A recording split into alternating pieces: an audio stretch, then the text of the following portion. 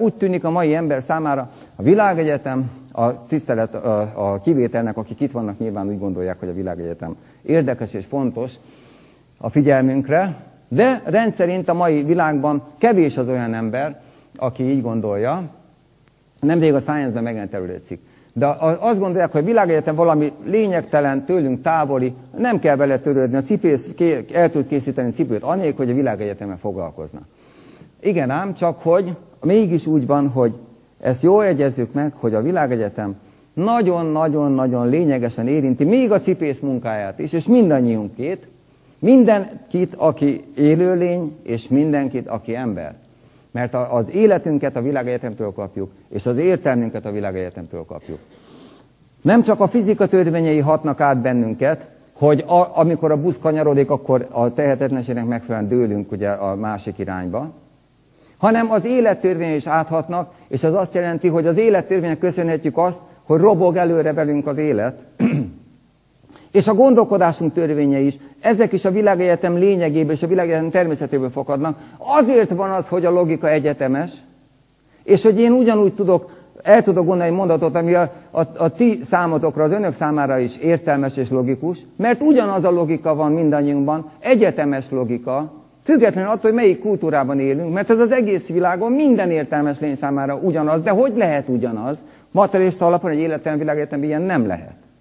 Hanem ez csak úgy lehet, hogy a logika valahogy a természettörvényekből fakad, hogy van egy olyan természettörvény, ami a logikának, az értelemnek az egyetemes természettörvénye, nem csak az anyagnak van természettörvénye, hanem az életnek is, és az értelemnek is. És ez a három alkot egy világot, és az azt jelenti, hogy a gondolkodásunkban akkor felelünk meg a valóságnak, az igazságnak, hogyha támaszkodunk arra a logikára, amit a világegyetemtől kaptunk, tehát a világegyetemmel gondolkodunk.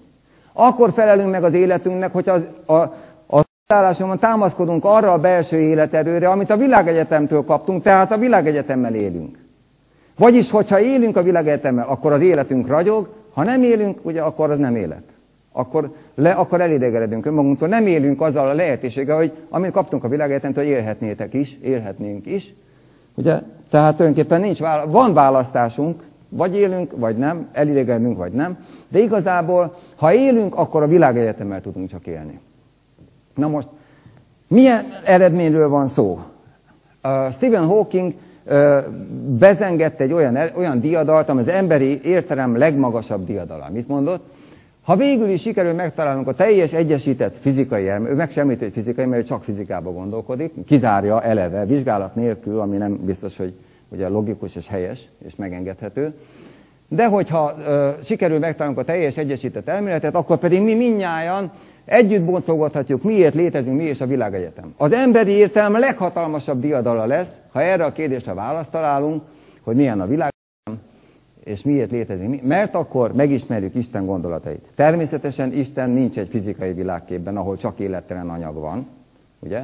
De ez csak egyik az önellenmondások közül, amit ez a szólam takar, de mindenesetre az, hogy az emberi értelem leghatalmasabb diadaláról van szó, ez nincs olyan nagyon messze a valóságtól.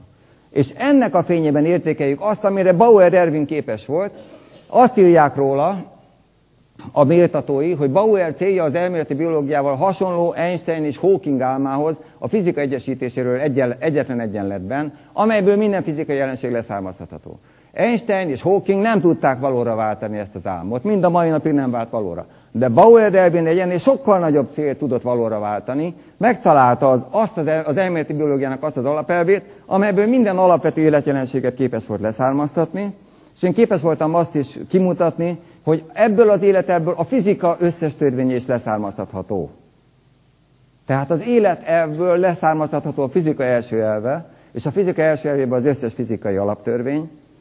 Tehát a világegyetem alapvetően él, és ennek egyik megnyilvánulása, hogy úgy mondjam, egy mellékesebb ága, de nagyon életfontosságú ága az anyag. De alapvetően logikai értelemben a világegyetem elsősorban él, mert mélyebb szinten él, mint ahogy anyag. Na most nézzük meg, hogy egy olyan világkép, hogy miért fontos a cipésznek cipőkészítés közben a világegyetem. Azért, mert nem mindegy, hogy a cipész hogy érzi magát a bőrében, miközben készíti a cipőt. Jól érzi magát, vagy nem? Mit gondol magáról? Milyen az önképe? Milyen a képe az emberről és a világról? Nézzük meg, mit ír Bertrand Russell, a 20. század egyik legnagyobbra tartott filozófusa és matematikusa, egy kitűnő elme. Azt írja, hogy az ember olyan okok eredménye, amelyek a legkevésbé sem törődnek a céllal, amelyhez viszik őt. Hogy az ember eredete, növekedése, reményei és félelmei, szeretete és hite, semmi más, mint atomok véletlen együttesének folyamány, ez a hőmozgás, ugye, ezt már említettem egy párszor. Hogy sem a szenvedés, sem a hősiesség, sem a gondolat és az érzés bármilyen erőssége nem mentheti át az egyén életet a síron túlra, hogy a korok minden munkája, minden odaadása, minden ihlet, az emberi géniusz, minden a napnál csillogóbb ragyogása arra van ítélve a fizikai világkép által, hogy kialudjék a naprendszer roppant halálában, és az ember alkotásának temploma sírját lelje egy romokban heverő, a termodinamikai hőhalál, romokban heverő univerzum törmelékei között. Mindezek a dolgok, ha nem is teljesen vitán felüliek, de annyira közel állnak az igazsághoz, hogy semmilyen filozófia sem remélhet elfogadást, ha elveti őket. Mondta a filozófus, matematikus Bertrand Russell, a 20. század egyik legnagyobb elméje, kétségkívül. És ezek a tételek valóban az én életemben is, és az osztálytársaim életében is, amikor középiskolás voltam, ugye a Flúgos nevű barátom mindig úgy köszönt, hogy nekem, hogy dögölj meg hogy évet emessenek el a névnapodon, mert nem tudtuk könnyen földolgozni, hogy a halálnak, hogy a materializmus szerint végleg elpusztul az ember, mindenestül, testestül, lelkestül. Volt, nincs, mintha soha nem lett volna. Ugye? Hát hogy van ez? Ugye ezt az ember egyszerűen valahogy nem hiszi el. Nem hiheti, egyszerűen valami tiltakozik az emberben. De mi az, ami tiltakozik? Na ugye ezt kellene megérteni. De ehelyett ugye már kész, be van rendezve, a fizikai világkép lerendezte ezt a képet, rázuhant a zsilotin ugye az ember szellemi lelki gerincére. Hát ez kérem, tudatosan be van bizonyítva. Hát melyik középiskolás? Na de hát itt valami nem stimmel. De azt mondja, védtelenek vagyunk. Az agymosás, mint a gőzhenger megy előre, és kiírtja az emberekben az érzést, és mert aki ezt elfogadja, és belenyugszik, és beletörődik, az minden mozgatórugóját elveszti. A cipész kezéből kiesik a cipő. Ugye, minek csináljak még egy cipőt? És minden mindegy. Ugye, a naprendszer összeomlik az emberiség annyi, hát most egy cipővel több vagy kevesebb, ugye? Hát nem, ugye, milyen érzés, hogy úgy cipőt csinálni, hogy a semmi értelme, vagy azok legfeljebb áttengődik, ugye, mint egy a modern ember által lenézett állat, ugye, pedig az állatok sem lenézendők. Tehát a materialista világkép lelki következményei elképesztően pusztítók. Ennél pusztítóbbat még nem lehetett ki, az emberiség nem volt képes még ennél pusztítóbb lelki pusztítást elérni.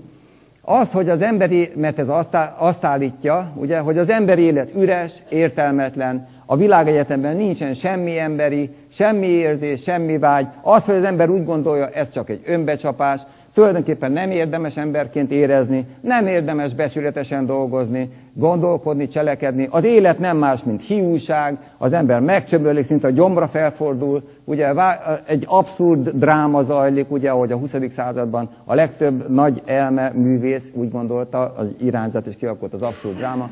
A vágyaink nem többek, mint értelmetlen tülekvésnél. Az ember az egy sárkolonc, ugye jönnek még a vallás is azt mondja, porból lettél, porrá leszel, ugye, na tessék, ezt próbáld kivédeni, ha bírod. A lélek az tulajdonképpen egy bulvársajtó szintű ugye, illúzió, az értelem az egy ügyeskedő rikkancs, mindent utólag magyarázgat meg, semmi értelme az értelemnek, hogy az emberiség legnagyobb vívmányai egész történelme nem csak, hogy halálra ítélt, de jelentéktelen mellékzöngéje a pusztító és teljesen közömbös fizikai folyamatoknak, tessék, nesze, ezt a mérget edd meg. Ugye ezt kaptuk, és ezt kapják azok a gyerekek, akik az iskoláinkban tanulnak, ugye világszerte, megy az agymosás teljes gőzerővel, és hogy mi történik, ugye meg kéne értenünk. Mégis ugye a Bertrand Russell híres, sokat idézett nyilatkozata vagy mondatában is benne van az, hogy mindennek az ellenkezője az emberben kiírthatatlan reményként ott él. Honnan van ez? Hogyha tényleg így van, hogy semmiféle reményünk nincs, akkor mi az Istennek, honnan tudja az ember azt gondolni, miből meríti azt a reményt, ami tiltakozik? Azt mondja, ez biztos, hogy nem így van. Honnan? Hát, hogyha eleve így van, akkor mi értelme van az, hogy az ember így berzenkedik ez ellen? Minden embert próbáljuk meg. Ugye, hogy akkor ezek szerint van egy belső tudás, amit még a modern tudomány nem ismer. Minden ember érzi, hogy az ember természet adta fényes céllal született a világra. Gondoljunk vissza arra a világfolyamatra, amely láthatatlan szervező erőből a nagy terv kibontakozásaként bújtunk elő, és hajított bele a láthatatlan kéz a tűzvonalba. Az ember természet adta fényes céllal született a világra, csak föl kell fedezzük, hogy mi az.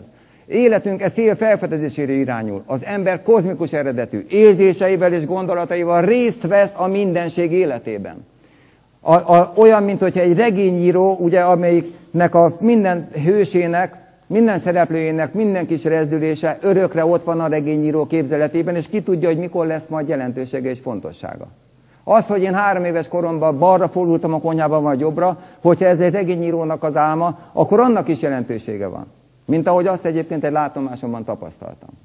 Tehát az, hogy a szenvedély, a hősiesség, a gondolat és az érzés intenzitása valóban képes átmenteni az egyén életet, nem csak hogy a síron túlra, de hogyha maradandó érzés, akkor az örökké valóságba is képes átmenteni. Van egy ilyen belső meggyőződés, velünk született, természettől kapott meggyőződés, hogy a korok munkája, az emberi géniusz ragyogása örök életre van ítélve, mert a világegyetem él, hogy túléli a naprendszert valamilyen kozmikus életforma alakjában, és az örökké élő univerzumban megtalálja az emberiség a végleges és méltó helyét. Mindezek a dolgok, ha nem is teljesen vitánfelüliek, de annyira közel állnak az igazsághoz, hogy az emberiség életének ezek a valódi mozgatórugói. Ezért cselekszik a cipész, ezért cselekszik a csillagász, ezért vagyunk most itt, mert titeket, önöket érdekli az, hogy mi van a világegyetemmel. Különben otthon készíthetnétek a cipőket, vagy nem készít, vagy eldobnátok, hát minek. Ugye Russell azt mondta, hogy az egésznek semmi értelme. Tehát hozzá tartozunk a kozmoszhoz. Na most mit mondanak ezzel szemben a fizikusok? Ott van a Nobel-díjas Feynman.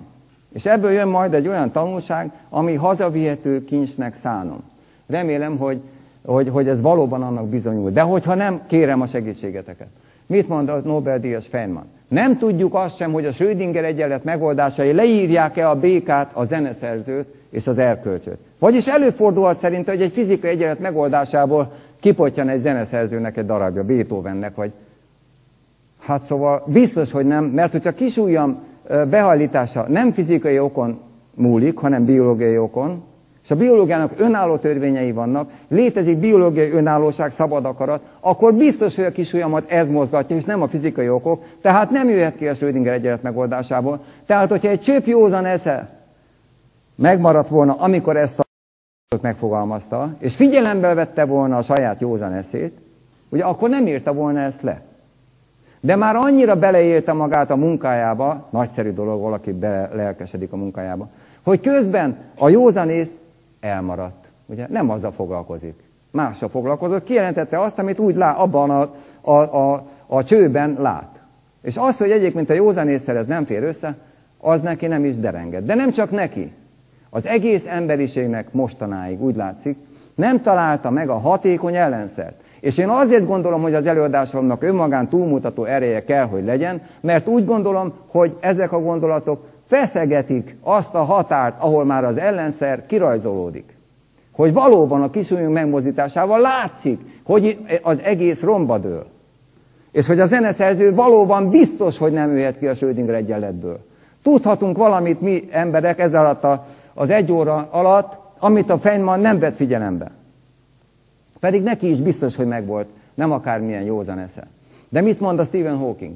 Hogyha létezik ez az átfogó egységes elmélet, akkor az valószínűleg a mi cselekedeteinket is megjósolja. Na. Ugye nem úgy van az, mert a kisujjamat én mozgatom, és nem más. Nem a fizikai törvények, és nem a fizikai feltételek, hanem csak rajtam múlik, és ez a meggyőződésem teljesen bevált egyébként a hétköznapi életbe, elárulhatom.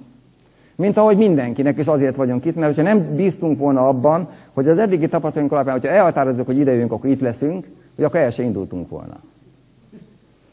Tehát aztán magát az erkölcsöt, hihetetlen. Az erkölcs elmélete olyan eszményítést kíván meg, mint az, hogy szabad cselekvő lények léteznek, akiknek a viselkedését nem határozza meg az okság, mert ő csak a fizikai okságot ismeri. De én éppen azt mondom, hogy a fizika az, ami lukas, ők mondják azt, hogy nincsen oka a kvantumjelenségek bizonyos típusának, És én azt mondom, hogy annak is van oka, biológiai oka van.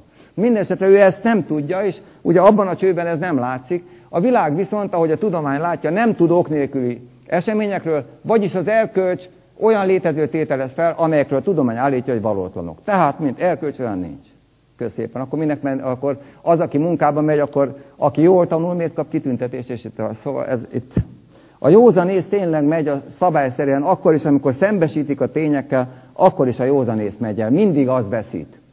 Én azért tartom érdekesnek ezeket a gondolatokat, amiket elmondom, mert úgy gondolom, hogy itt most nem a józanész veszít, és a józanész egy csodálatos dolog, mert addig, ameddig annyira felkészült harcosoknak, mint Feynman, Hawking és Pinker, nagyon kevés embernek adatott meg, addig a józanész mindannyiunk számára megadatott. És hogyha ez nagyobb fegyver tud lenni ilyen kérdésekben, a világforradalom benne van. Akkor a világ meg tud változni. És rajtatok áll, hogy megváltozzon. Tehát ezért gondolom, hogy ez túlmutathat a mai előadáson. Ezek a gondolatokban lehet valami valóságmozgató erő. Ez az én meggyőződésem. Ha tévedek, kérem szépen javítsatok ki. Ha pedig igazam van, kérem szépen használjátok, hogy segítsetek, hogy minél jobban használható legyen. Úgy gondolom, hogy mélyreható bajok rágják az emberiség gyökereit. Évezredek óta az egész emberiség leszerepelt, nem találja a megoldást. És a meggyőződésem az, ennek csak egy lehet az oka, hogy a megoldásnak rendkívül mélyrehatónak kell lennie. Mit ír a Nergard 1940-ben megjelent könyvében? Azt írja, hogy nincs olyan területe az életnek, amelyet a mechanisztikus, gépies, mindent képekre, mechanizmusokra visszavezető fizika világképe velejéig ne befolyásolt volna. Az egész gondolkodás formáinkat, egész szellemi magatartásunkat, gyakorlati tevékenységünket, a gazdasági élettől kezdve a politikáig, a művészettől, a filozófiától kezdve a vallásig, mindent a mechanisztikus fizika világképe velejéig befolyásol. Betelepszik minden. Ki gondolná, ugye, hogy a fizikának, a tudománynak ilyen óriási jelentősége van?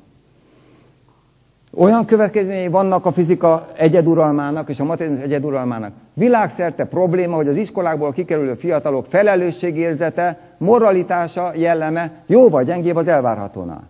Hát ne csodálkozzunk, hogyha nincsen erkölcs, mert a tudomány azt mondja, akkor milyen alap, akkor az, aki az iskolát elvégzi, úgy tanulja, hogy hát erkölcs az, hogyha nem is ilyen nyíltan, meg direktben, de azért mégis lejön az üzenet, hogy hát hiába erőködünk, ugye nem kell erkölcsösnek lenni, meg olyan tulajdonképpen nincs is.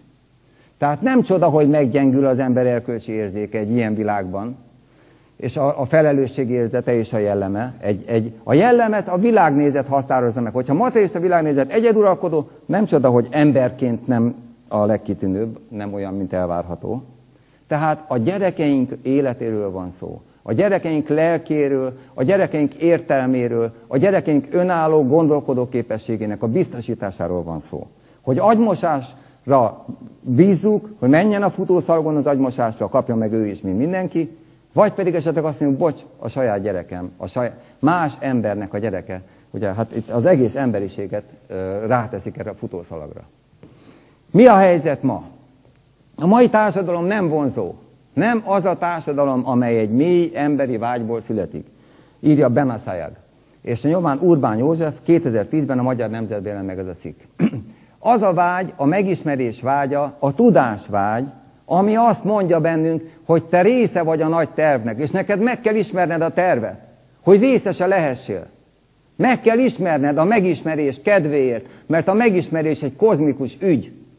Ez egy emberi vágy. Tehát az, ami bennünk emberi, azt a mindenségtől kaptuk. És ez a megismerés vágya, a tudásvágy teszi lehetővé az emberré válást. És a társadalom ezt elutasítja, és ezért nem vonzó. Szárazak a természettudományok. Nem nagyon kellenek. Kinek kell ez a száraz hablaty, ugye? Az ember nem érzi, hogy bármi köze lenne hozzá. Mert nem sok van. Mert valóban ez a fajta világ idegen tőlünk. És hogyha ez az egy világ van, amit ismerünk, magunktól elidegenedünk.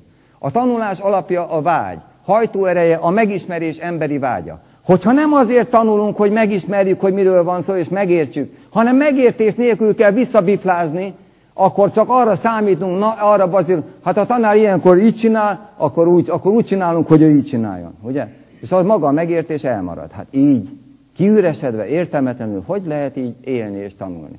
Az egész iskola és az egész társadalom egy üzleti felfogású, kiüresedett, gyors talpra válik. A megismerés vágya nem a túlélés vágyának a megnyilvánulása, ahogy azt a darwinizmus tanítja. A megismerés vágya a kultúra vágya. A többiekkel való együttalkotás vágya. Az, hogy részt vegyünk a minden élőlény kozmikus alkotóközösségében, a nagy terv megértésében és valóra váltásában. Az értelmes, tartalmas kapcsolatok létrehozásának, fejlődésének és jövőjének a vágya. Ez az igazi megismerési vágy. Erről van szó, és nem arról, hogy pusztán a kíméletlen taposó malomban egymást letapossuk azért, hogy ki tud ügyesebben taposni. Ugye, mint ahogy a darwinizmusból, ugye sokan ezt hozzák ki. És mi a címe a cikknek? Összeomlott az a pozitív és optimista világkép, amely egészen a 20. század 70-es éveig jellemezte az emberiséget, és a 70-es években összeomlott, és a fiatalok azóta tökéletesen kilátáslannak és reménytelennek ítélik meg a helyzetet, és rettenetes lelkiállapotban nyöszörögnek, és nincs, aki meghallja. De azért hallják már. Hol rontottuk el a világot? Shakespeare azt mondja, kizökkent az idő. Mikor? 1602-ben. Mi volt akkor? A tudományos forradalom. Az anyagi forradalomra szükség volt, de ez áldozatot követelt, ugye a lélek és az ember háttérbe került. De nem akkor került először háttérbe. Homérosz időszámításunk előtt 800 körül élt, előtte 600 évig sötétkor, írásbeliség nélküli korra volt a görögségnek, Trója ostroma után, mindmáig tisztázatlan körülmények miatt. Strabon azt írja, hogy a nálunk dívó életmód, a görögöknél dívó életmód már majdnem minden nép között elterjedt, és megrontotta az erkölcsöket. Tessék!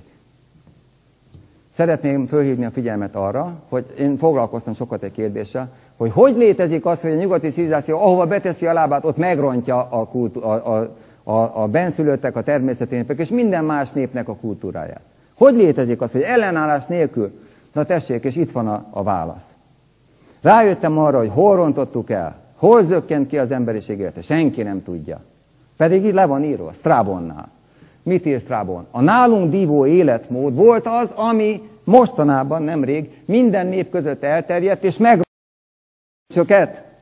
Amennyiben, és azt is megmondja, hogy miben rontotta meg az erkölcsöket. A fényűzést bevitte, az évhajhászást, a családságot és a kapzsiság ezerféle módját. Látlelet a modern világról.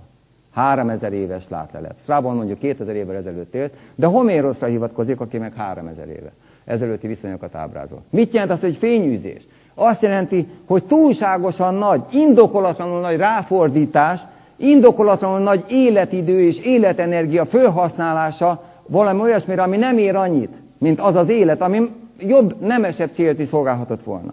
Az a fényűzés. Tehát az anyag fölé kerül az életnek.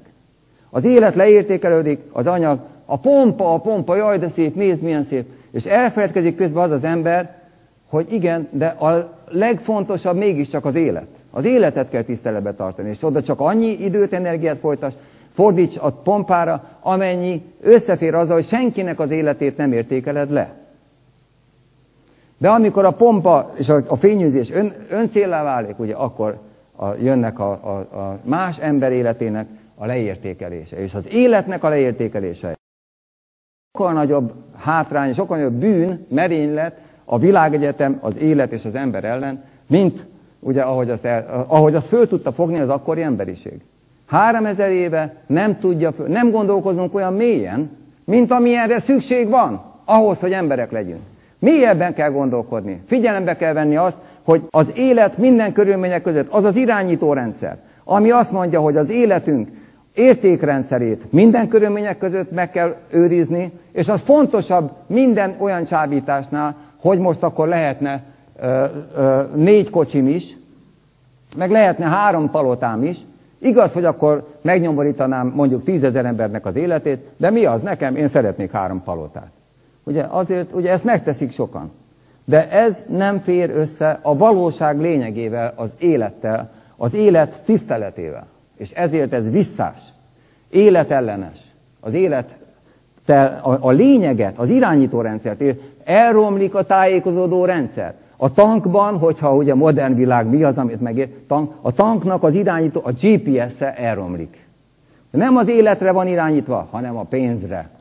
ugye, a feltűnésre, a pompára. És ott van az élfajhászat. Mit jelent az élfajhászat? Olyan élvezet keresése, ami olyan mértékben van túlhajtva, hogy az már az egészségre és az erkölcsre káros. Tehát az irányító rendszerre. Az irányító az a magja, az a csírája. Ami a gyerekeinkben is érték. Hogy hogyan tudják magukat irányítani felnőtt. Az a lelke, az a szíve. Az sokkal fontosabb, mint az, hogy most kedden délután mekkora palotája van, vagy milyen élvezetet hajszolt, ugye? Nem lehet alárendelni az élő minőségünket, az emberi minőségünket alárendelni annak, hogy most egy élvezet kedvéért elhajítom. Ugye? Ez egy hiba. Sőt, ugye, hogyha ismétlődik, bűnné változik, hosszú távú maradandó következményeket okoz. Ki az, aki ezt így végig gondolta 3000 évvel ezelőtt? Nem sokan, az eredmények szerint. De nekünk meg kell tanulni ezt így végig gondolni, hogy minden körülmények között az irányítórendszert, az életet kell becsülnünk, felfedeznünk, élnünk, és szikrázóan, nagyszerűen élni, és látni, hogy ez az irányítórendszerünk. Hát nem hagyom, hogy oda tehénkedjen egy kalóz, vagy egy idegen, egy rosszindulatú részeg, vagy bárki, ugye? Mert a családom, az életem, a hazám, az emberiség ügye ettől függ. Ugye? Ez az életem, nem hagyom az életemet, mert kedves nekem az életem. Ugye? Tehát az anyagiasság 3000 éve körülbelül, persze változó, és ezt ne vegyük nagyon szigorúan, körülbelül 3000 éve kerekedett az élet tisztelete fölé. Flaubert azt írja a Salambó című regényében, a Kartágó történetén kapcsán ábrázolja, hogy a nyugat már akkora pénz megszállottja volt. Pont ugyanaz, mint ma. A pénz megszállott, kapitalizmus, ugye? Magyarul, fordítsuk le magyarra, hadd legyen tisztább. Pénzközpontúság. A pénz az Isten, az ember a nulla. A pénz az Isten, az élet a nulla. Na, hát így az irányítórendszer teszik tönkre, a hosszú távú kincset teszik, dobják el egy tál lencséért. Az időszámításunk úgy tűnik, hogy a világ mindig ilyen volt, az ember mindig romlott volt, mindig lökött volt, mindig gyenge elmélyű volt, ugye? A manapság ezt tanítják, meg ezt sugallják. De nem így volt. Nyomára bukkantam, abban a korban, amikor az anyagiasság fölé kerekedett az élet tisztelete fölé. Voltak Mezopotámiában egy olyan rend, egy olyan osztály, akit úgy hívtak a természet rendjének őrzői. Hésiódosz ír az emberi nem őrzőiről, akik az emberiséget védték és őrizték. Voltak olyan emberek, volt, akinek az volt a feladata, nem az, hogy lerombolja, elpusztítsa és elvigye a vagyonát, és akkor utána neki nő a bankszámlája, hanem fordítva, az emberi nem őrzői. A Rigvédában Xapavan, a föld védelmezője, a föld oltalmazója, őrzője. És ezek összefüggnek, nem tudom, hogy érzékelhető-e, hogy a természetrendjének őrzője, az emberi nem őrzője, a föld oltalmazó őrzője összefüggenek, ugyanazt a szellemiséget, ugyanazt a szándékot őrzik. A napisten Rá Egyiptomban a föld védelmezője. Az amerikai indián bölcsesség hagyományban az elvarázsolt emberek, a mágusok, az élet védelmezői. És mindegyiknek meg tudom mondani pontosan a forrását, oldalszámra. A viking skáld verselésben megőrződött a föld védelmezője tisztségnév. A Jafar Tarikh krónika feljegyezte, hogy a baskír hitvilágban Madzsár volt az élet védelmezője. Ugye, tehát ezek összefüggő adatok, és együttesen világítanak, hogy nem mindig olyan romlott volt az ember irányító rendszere, mint ma, és mint az elmúlt pár ezer évben. Hanem bizony, nem is olyan régen, még az emberiség fölemelői éltek és virultak, és végezték a tevékenységüket. És azt gondolom, nekünk erre az oldalra kell állni. Föl kell fedezni az emberiségben rejlő óriási lehetőséget. Nem kerülheti el az emberiség, hogy a természet által ráruházott lehetőséget figyelmen kívül hagyja. Nekünk óriási lehető, nagyra megy a játék, nagy játszmáról van szó, és nekünk ebben a nagy játszmában van szerepünk. Felülről tudatosan terjesztik a rossz mintát. Közép- és Dél-Amerika európai hódítói nem elégedtek meg azzal, hogy a helyi vallásokat betiltják, hanem gondoskodtak a helyi élelmiszerek betiltásáról is. Hát milyen káros egy helyi élelmiszeret. Van valaki, akit jobban bosszant valami, mint az, hogy egyes helyeken a helyi élelmiszert eszik. Ugye? Hát ez fölháborító. Hát persze, hogy a nyugatiak oda mentek, hát az volt az első, betiltják a helyi vallásokat, ami hát ugye elfogadhatatlan, hogy nekik saját vallásuk van, és micsoda, ugye a lelkiismereti szabadságukkal élni akarnak, ugye, hogy ne. És a másik pedig, hogy ha már úgy betiltják vallást, akkor még az élelmiszereket is betiltják. És azzal, hogy bejönnek az idegen élelmiszerek, ráadásul élelmiszeripari termékek egyre inkább, azzal a gyarmatosításnak befellegzik ugye az embereknek, adnak a benszülötteknek, vagy az indiánoknak, vagy bárkinek.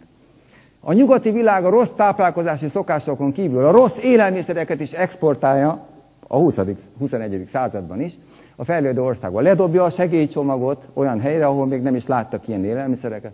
Hadd szokjanak rá arra a gyilkos tápszerre, ugye, amit ők az élelmiszeripari gyárakban előállítanak.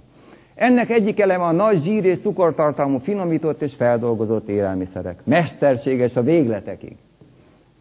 1920-as években Edward Bernays, Freudnak az unokatestvére találta föl azt, hogy az embereket, hogy a nőket hogyan lehet rászoktatni a dohányzásra. Mivel 1920-as években, még Amerikában is tabu volt a nők dohányzása, hogyan lehet ezt a káros szokást valahogy egy csapásra megszüntetni és mindenkit rászoktatni. Kitalálta, hogy összehív egy sajtótájékoztatót, és lefizetett 1000 jól kinéző, előkelő nőt, hogy akkor látványosan gyújtsanak rá a szabadság fáklyáinak nevezett cigarettára. És az összes napilap, az bulvársajtó arról harsogott, hogy a szabadság fáklyái meggyulladtak, és 1000 nagy tekintélyű nő dohányozni kezdett. Ugye attól kezdve nem lehetett megállítani Amerikába. Mellette volt a média a rossz szokások elterjesztésének. Ugye megoldották, pénzkérdés volt, és az eredmény nem maradt el. A nők dohányozni kezdtek. Hát nem nagyszerű? Ugye? Hoover, amerikai elnök, azt mondja, kitalálták a PR mesterséget, ugye, public relations, hogyan kell megdolgozni az embereket, hogyan lehet a saját népünknek az agyát elvenni. Agymosás. Ez a PR szakembereknek ez volt a feladata. És kidolgozták a technológiát ennek nyomán, többek között, nekik Hoover elnök. Önök átformálták az emberi lényeket. Létrehozták a folyamatosan működő boldogságautomatákat. Kapják a fogyasztói élelmiszeripari termékeket, a különböző fogyasztói javakat, és dolgoznak, csinálják. És így ez a fogyasztói társadalomnak ez a motorja. Tehát akkor tulajdonképpen ugye megvan a Kánaán a Hoover elnök számára, az ő életfelfogása számára. És ezeket tehát szándékosan, nagy ráfordítással terjesztik ezeket a viselkedési mintákat. Mi a következmény? Erősödnek a lelki zavarok. 1930-as évek óta nyílegyenesen csökken a fiatalok és a felnőttek és az egész emberiség tudati egészsége. De a felmérésekben például csak egy pár adatot emelek ki. 2007-ben 5-ször annyi egyetemi hallgató érzi magát nagy mértékben lelkileg veszélyeztetettnek, mint 1938-ban. 2006-ban 2-szer annyi fiatal számolt be gyakori nyomorultságérzésről és szorongásról, mint 1986-ban, 20 évvel azelőtt. Tehát 20 év alatt megduplázódik, megkétszereződik. Csűha, micsoda diadalmas tendencia. Hát nincs semmi, ami megállítsa, hogy nyomorultól érzik magukat élő, eleven emberek, jobb sorsra érdemes emberek. Senkinek nem fáj. Senki nem tudja fölemelni valahogy egy olyan gondolatot, amivel ezt meg lehet akadályozni. Ez így fog menni az idők végezetéig. Lassanként akkor nem marad emberiség. Mindenki hihetetlenül nyomorultnak fogja magát érezni. És az mire lesz jó? Hogy fognak úgy dolgozni? Ugye akkor hova megy az üzleti haszon? Még az se lesz meg. A WHO, ugye a World Health Organization azt jósolta a 20. század végén, hogy az egészségügy legnagyobb problémája a 21. században a lelki betegségek, a magatartás zavarok válnak az első számú fenyegetésé az emberiség életében, minden más fenyegetésnél, még a környezetkárosításnál, az atombombát is messze felülmúlóan, a viselkedési zavarok, magatartás zavarok, lelki zavarok az első számú fenyegetés. Mert diadalmasan dolgoznak, csapatok nagy pénzt kapnak, hogy az emberiség agyát rongálják. Ez a szakmájuk. És Hoover elnök támogat, azt mondja, ez igen, ez automatákat készítettél az élőlényekből, csodálatos. Ja, megkapták a jutalmat. Ma Magyarországon a lelki betegségek egyik formája a depresszió, lenyomottság, nyomorultságérzés. A lakosság 30%-át érinti. Micsoda megnyomorítottság. Ugye milliók, 3 millió ember, érző lelkű ember. Senkinek nem fáj. Az előrejelzések szerint 20 éven belül 60% felé nő ez a szám. Hogyha ölbetett kézzel ülünk, és akkor minden második embert a családunkból hihetetlen rosszul fogja magát érezni. És ez így megy, akadálytalan, mint kés a vajban. És az emberiség pedig a homo sapiens, az értelmes ember, aki mindent megért, és a titka az értelmes embernek az, hogy előre látja a tetteinek a következményét. És csak olyat tesz, ami a javára válik. És a homo sapiens, ez megtörténhet? Hát hol van a homo sapiens? Most már kellene tényleg a homo sapiens. Amerikai stílusú depresszióban, poszttraumás stresszben, ugye milyen divatosan hangzik? Poszttraumás stresszben és anorexiában, tessék, szenved a világ Hongkongtól kezdve, nem csak Amerikában, New Yorkban, hanem Hongkongtól kezdve Zanzibáron át Buenos Airesig, homogenizálja a gondolkodást. Amerika. A lelki betegségeket, és az egész gondok úgy, ahogy van. Ilyen következményei vannak, nem csoda, hogy a cipész fogja és elhajítja a cipőt, ugye? Pedig attól még, hogy a világegyetem él vagy életlen nyugodtan készíthetné tovább. De hogyha ilyen nyomorultal érzi magát, kimutatták, hogy a 30%-a az egyetemi hallgatóknak kénytelen a tevékenységét abba, hogy nem tudja tovább a szükségszerű tevékenységet tovább végezni, annyira nyomorultól, szefetül érzi magát. A cipész, aki akarja csinálni a cipőt, olyan rosszul érzi magát, annyira depressziós, nem tudja tovább készíteni a cipőt. Mert a világegyetemmel baj van. Ugye? Tehát van azért jelentőség a világegyetemnek. Itt van, és ilyen következményekre vezet. 1940-es évek óta rohamosan nő a civilizációs betegségek aránya. A halálokok között vezető szerepet tölt be, a civilizációs betegségek töltik be a vezető szerepet. Milyen arányban? Hát nem annyira, hogy nagyon szembetűnő legyen. Mindössze 95-98%-ban. Abba halunk bele, ami a civilizáció mesterségesen idéz elő, rossz életmódot, rossz táplálkozási szokásokat, rossz életvezetési szabályokat. Kevés a mozgás, rosszul táplálkozunk, rosszul lélegzünk, mindent, ami az elemi életmódhoz tartozik, rosszul csinálunk. Az agymosás ugye terjed. És akkor itt vannak ezek a következmények. Alkoholos májzsugor Magyarországon világviszonylatban a legrosszabb helyen áll. Az indiánok így pusztultak ki. A népességfogyás világviszonylatban a legrosszabb a Magyarországnál. Dohányzás a világviszonylatban a legrosszabb. Elhízás világviszonylatban a legrosszabb. Allergia világviszonylatban a legrosszabb. Magyarország, mai Magyarország. De ugyanakkor hozzáteszi Kopp Mária, hogy kiemelkedően magas a magyarok teljesítményigénye és családszeretete. Na most, hazavihető kincseknél tartunk, azt szeretném, hogy legyen valami, ami hazavihető gondolat. És kincs persze csak akkor lesz belőle, hogyha valóban érdemes arra, hogy valamit segítse a bennünk levő gondolkodást, az életünk alakítását, és ha lehet, jó irányba. De arról persze nektek, vagy önöknek, vagy nekünk kell gondoskodnunk. És egy ilyen gondolat, a szellemi látóhatár ugyanaz az embernek, szemellenző a járomba befogott háziállatnak. Ugye, ha nem kapja meg a szemellenzőt, nem lehet olyan könnyen beállítani a járomba. Hogyha nem vesszük fel a materializmus szemellenzőt, nem leszünk olyan engedelmes járomba befogható valakik, akiknek szépen lassan ledarálják a lelkét. A struszpolitika nem mentesít a nagy kérdések elől. Ha bedugjuk a fejünket a földbe, a világegyetem csinálta, amit akar, engem nem érdekel, bedugom a fejem a földbe, az nem mentesít a nagy kérdések elől, és a sorsom alakulása alól sem.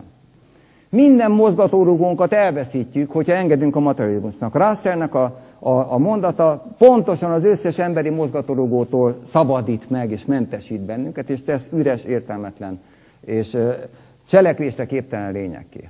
A materializmusnak behódolása, a fogyasztói társadalom által keltett mesterséges igények, mint a pénz, a hatalom és a siker, ugye, amit a pályaválasztásban és a párválasztásban ugye a legtöbben ennek hódolnak, és vegetatív szükségleteink, ugye miután mi se vagyunk élőlények, hát akkor nem kell semmit tennünk, de vannak vegetatív szükségleteink, táplálkozni kell, ugye, akkor az ilyenek irányítják, ugye lenézett, alantasnak beállított ösztönös cselekvések azok, amiket még magunktól vagy kénytelenek vagyunk eltűrni.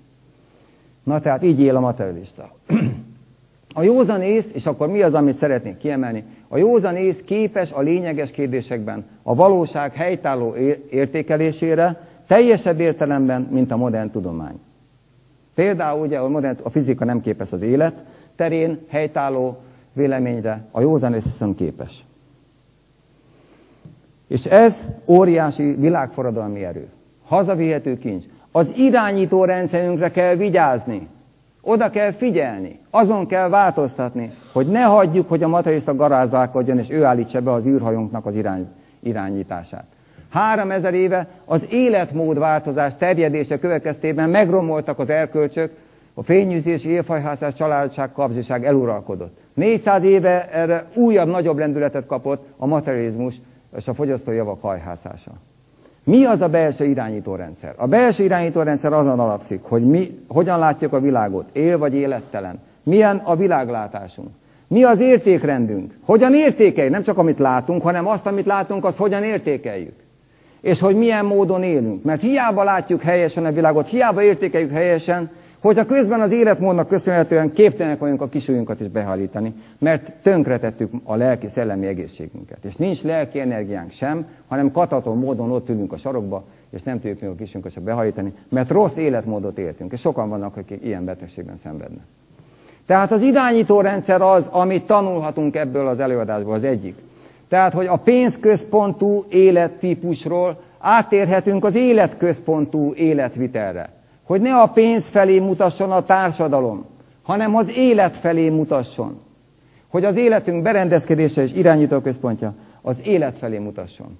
Felülről egyre szervezettebb hatásrendszer az emberiség manipulálására.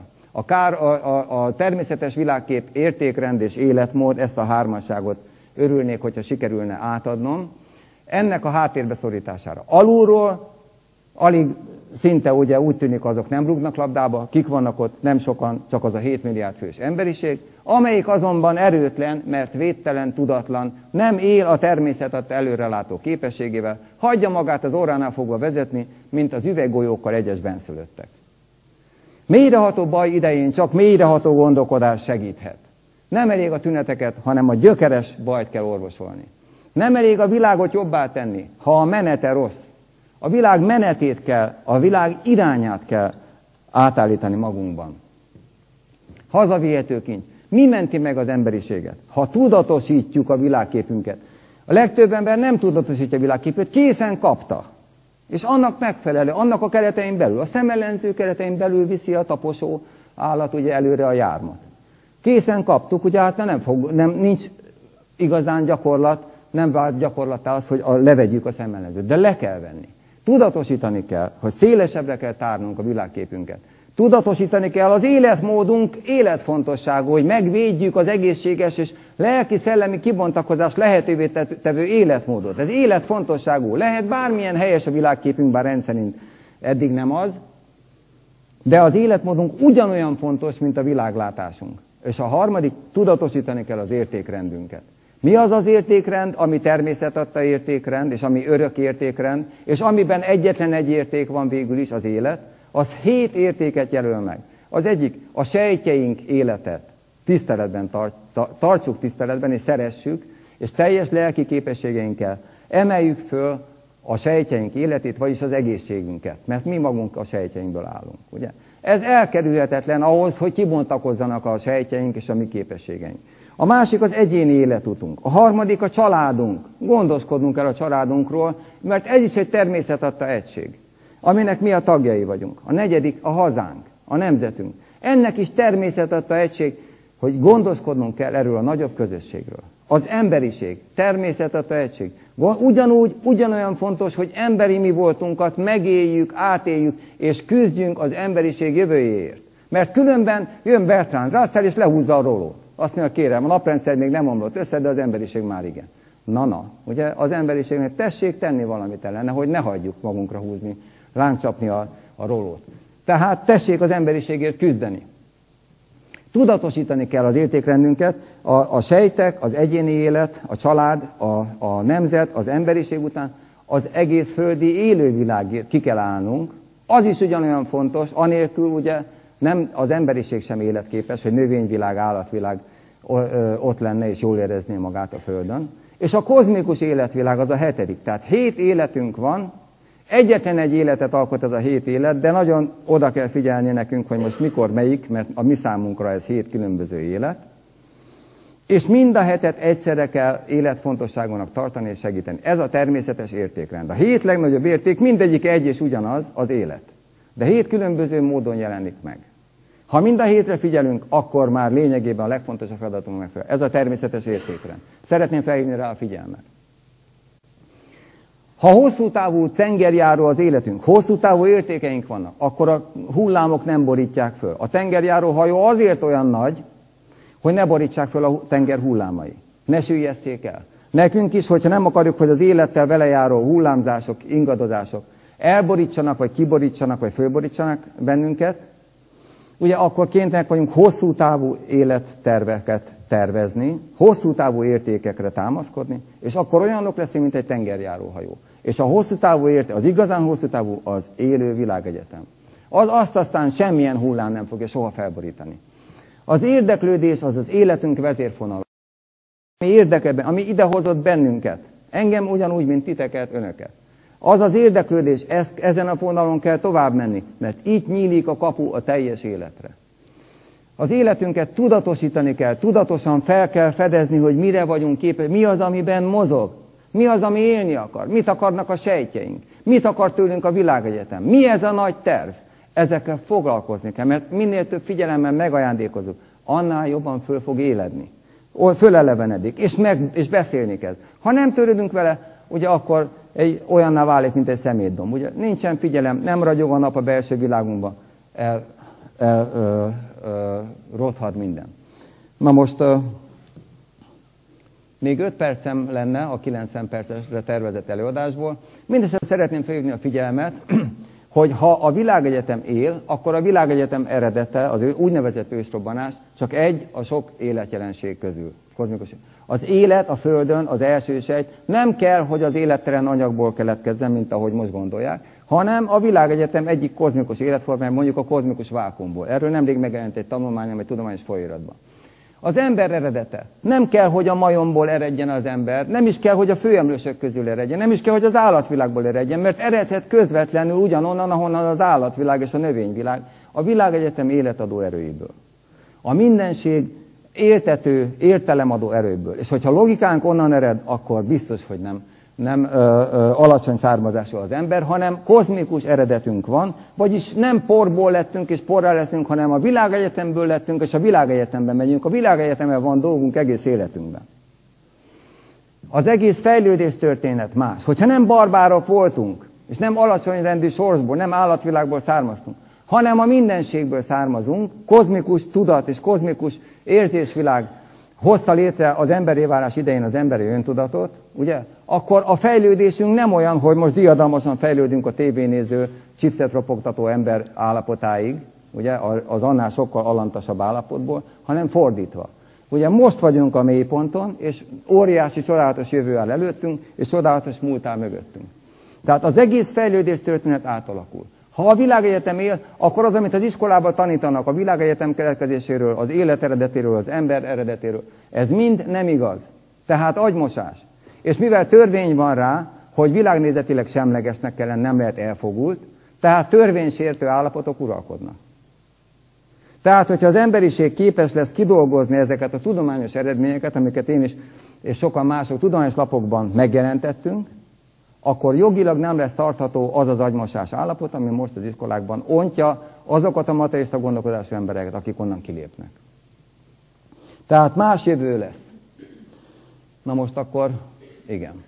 Ha a világegyetem él, akkor nem anyagias, gazdasági növekedésre összpontosító, hanem életközpontú és természetközpontú társadalmat kell építeni. Na most akkor fölhívnám a figyelmet, az utolsó gondolatot elmondanám, egy kicsit hosszabb lesz az előadásom, mint 90 perc, de nem sokkal, mert ugye nem félkor kezdtem, hanem fél után még 10 perccel, tehát még akkor nem vagyok 90 percnél, akkor lehet, hogy nem lesz sokkal több. Tehát fölhívnám a figyelmet arra, hogyha a mindenség él, akkor van egy belső világa, van egy elméje, és hogyha mindenséget úgy is föl lehet fogni, most arra nincs időm, hogy elmondjam, hogy a természettörvények maguk is élőnek foghatók föl, hogy a világegyetem maga egy élő lény, maga egy kozmikus elme, az emberiség ebben a kozmikus elmében él. Tehát az emberiségnek fontos szerepe van a nagy tervben. Az emberiségnek tehát úgy lehet fölfogni, mint egy agyközpont ebben a kozmikus elmében. Jelenleg áldatlan állapotok uralkodnak ebben az agyközpontban, ebben a kozmikus agyközpontban, mert az egyes emberek, mint egy megbojdult, megzavart hangyabolyban egymás ellen uszították őket bizonyos oszd meg és uralkodj erők, és ezért áldatlan állapotok uralkodnak, amit nem kívánok egyikünknek sem, hogy az agyában, bármelyik agyközpontban ilyen állapotok uralkodjanak, mint ahogy ugye az emberiséget, hogyha egy kozmikus agyközpont sejtjeinek képzeljük az egyes embereket, mint ami közöttünk uralkodnak, és nem is szóval népek közötti viszonyokról. Tehát szükségszerű, hogyha az emberiség egy agyközpont a kozmikus elmében, szükségszerű a természet törvények által, hogy ez az agyközpont meggyógyuljon. Tehát a mindenség gondoskodni fog róla, hogy ez az agyközpont rendbe jöjjön. De ebben nekünk is szerepet szánt. És itt van a nagy tervben a részünk. És a következő rész kirajzolódik, hogy mi az. Részt kell vennünk abban, hogy egy jó hogy megtanuljon minden ember az egész emberiséggel együttműködve, egyetlen egy jó agyközpontot alkotni, úgy, ahogy a sejtjeink képesek, az egész szervezetünkben, az a 60 000 milliárd sejt képes szinte a tökéletesség szélső határát súrolóan együttműködni. Ugyanúgy az emberiség is, ez a mindössze 7 milliárd ember is képes ehhez hasonló szinten együttműködni. Akkor is, hogyha a modern világban ez teljesen elképzelhetetlennek látszik az agymosás évszázadai után. De attól még a természettörvények ezt mondják. És hogyha ez így van, akkor az emberiség előbb-utóbb, talán még ebben az évszázadban elkezd belépni abba a korba, ahol az ember tanul együttműködni. Fölfedezzük az együttműködés törvényét. Amúgy is ez az egy lehetőségünk van, mert az anyagi fejlődés korlátokba ütközik. Tehát szükségképpen ebbe a szakaszba fog lépni az emberiség fejlődése, már ebben az évszázadban. Tehát jó agyközpont leszünk. Mi lesz akkor, hogyha ezt elérjük? Egyik nép se lesz a másiknak ellensége. Egyik ember se lesz a másiknak ellensége. Lehet, hogy lesznek rossz emberek, de azok csak annyira lesznek rosszak, mint hogy a szervezetünkben most is vannak rossz baktériumok. De egy egészséges ember szervezetében nem azok irányítanak. Tehát ez azt jelenti, mi fog akkor történni, hogyha jó agyközpont leszünk. Akkor az történik, hogy ahogy tegyük, hogy egy beteg agyközpontunk, ami nem működik rendesen, hirtelen egészséges lesz. Mi történik? Az érzéseink, gondolataink átszáguldanak rajta. Ha mi a mindenség kozmikus elméjének jó agyközpontja leszünk, abban a pillanatban a mindenség érzése és gondolatai fognak átszáguldani a szervezetünkön, az emberiségen. A minden tudás, a kozmikus érzésvilág, a kozmikus gondolatvilág száguldani fog minden sejtünkben és minden porcikánkban, és a tudatunkban és a lelkünkben. Reggeltől estig olyan megvilágosodásban lesz részünk, amivel az elmúlt 3000 évben még a legnagyobb megvilágosult bölcsek is csak egy-egy pillanatra tudtak esetleg a töredékébe bepillantani. Ezek a rendkívüli pillanatok lesznek a mindennapos pillanataink életvitelszerűen reggeltől estig. Óriási, sokkal nagyobb változás, mint mint például a materializmus okozta változás. Sokkal nagyobb és sokkal jobb, felemelőbb változás. Elképesztő. Nincs az a science fiction, ami ilyen változásra gondolni merészelt volna, mert emögött a gondolat mögött 20-30 éves munka van. Míg egy science fiction regényt rendszerint nem fordítanak ennyi figyelmet rá. Mert nem az a cél. Itt viszont az emberiségről van szó, az életünkről van szó. Persze, hogy ugye évtizedekig dolgozik rajta az ember. Na és akkor, hogyha mi eljutunk, ez lesz a természetes társadalom, amikor az együttműködik, mint egyetlen egy egységes, élő társadalom. Ez a jövő. Ez a szükségszerűen a természettörvények előbb-utóbb, minél hamarabb, ha mi is úgy döntünk, akkor még hamarabb be fog következni. És hogyha ez megtörténik, akkor a mindenség is jól jár, előre visszük a mindenség ügyét, mert a gyengén működő agyközpontját, a mi közreműködésünkkel egy jó agyközpontát sikerült változtatni, és akkor a mindenség is jobban fogja magát érezni. És akkor tisztább tudatállapotba kerül, még csodálatosabban tudja használni a képességeit. Még jobban, még nagyszerűbb érzések fognak rajtunk átszáguldani, amitől még jobban fogjuk segíteni a mindenséget, amitől még jobban fog bennünket röpíteni. És ez így fog zajlani évmilliárdokon keresztül. Na most, az igazságot föl kell fedeznünk. Édesapám, Grand Pierre K. Endre azt írta, állandó feladat az össznépi, nemzetközi, világszintű tisztánlátás megteremtése. Elérése egy olyasfajta tisztánlátásnak, hogy minden egyes ember tisztában legyen a felmerülő kérdések minden ágabogával, mienségével és hátterével. Ez pedig óriási, mindenre kiterjedő, elmélyült szellemi tevékenységnek kell megalapoznia. Ez a jövő.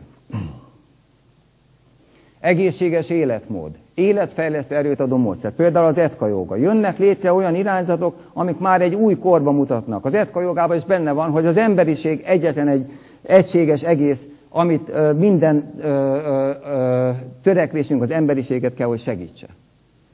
És egyetlen egy célja van az emberiségnek, hogy a mindenséget, a természetet segítse, az bennünk élő életerő. A nevelésben, a saját, az önnevelésben, a családi nevelésben, a társaság, a közösségeinkben, a hazaszeretetre nevelésben, az ember szeretetre nevelésben, az élet szeretetre nevelésben óriási jelentőségű tettek állnak előttünk. A természetes társadalomról írt ez a Nergard, akit már idéztem, 41-ben megjelent a könyvben, magyarul is lefolytották, azt írja, hogy maga az a fogalom, hogy hatalom, ez egy materialista fogalom, egy mennyiségi fogalom. Az a demokrácia, ami az embereket darabszámra méri. Ugye? Mennyiségi fogalom, materialista fogalom.